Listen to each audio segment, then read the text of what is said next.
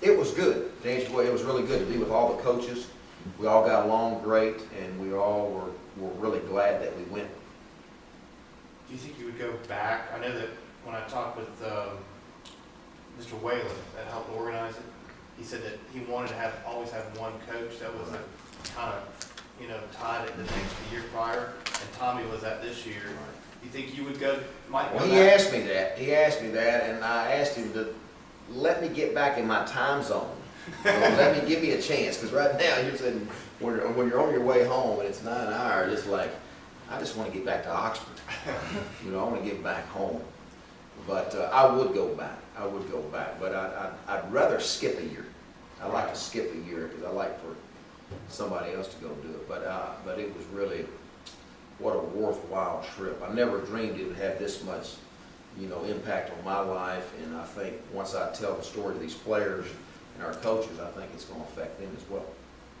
I'm not sure this question even makes sense, but from talking to people and that kind of thing, what were your expectations going into it? I really thought it was kind of be a little bit more like a rebel day where you basically sign autographs, which we signed. I mean, they kept us busy. I don't know if y'all knew our schedule, but we always left early morning, or we ate breakfast with lieutenants or generals, and when we got in there, we were signing. I mean, we signed for 2-3 hours, and you couldn't turn them down. I mean, they wanted those T-shirts, hats, footballs, and can you sign this to my cousin? Can you sign this to my daughter? I hadn't seen my daughter. She was just born. You got to give it, all that on and on. Let me take a picture with you.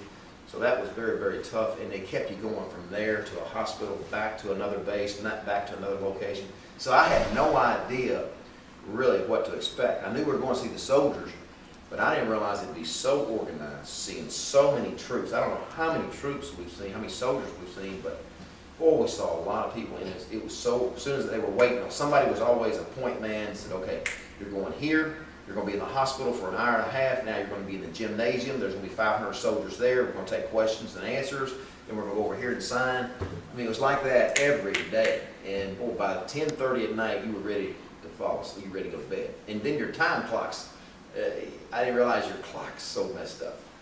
It's 2:30 here, it's 10:30 over there, or 11:30 at night. I mean, you're always, seemed like you couldn't get that straight. Did they keep all y'all together, or did they split you up? In hospitals, they split us up.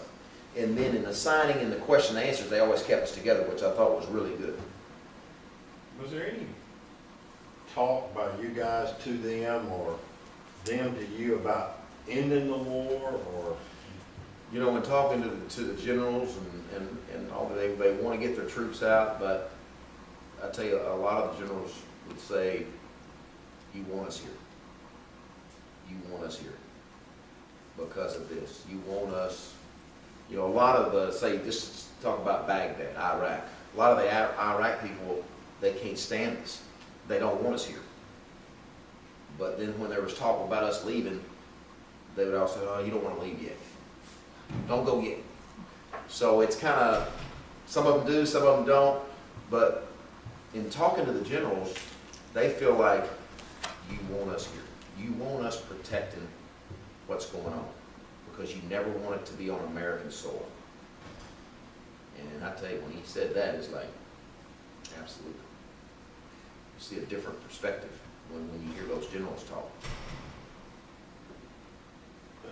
We were going to Afghanistan, excuse me, Joe, we were going to Afghanistan, and that was a little bit too hot. I'm not talking about the weather. Right. I'm talking about a bit more activity where they couldn't control the security 100%.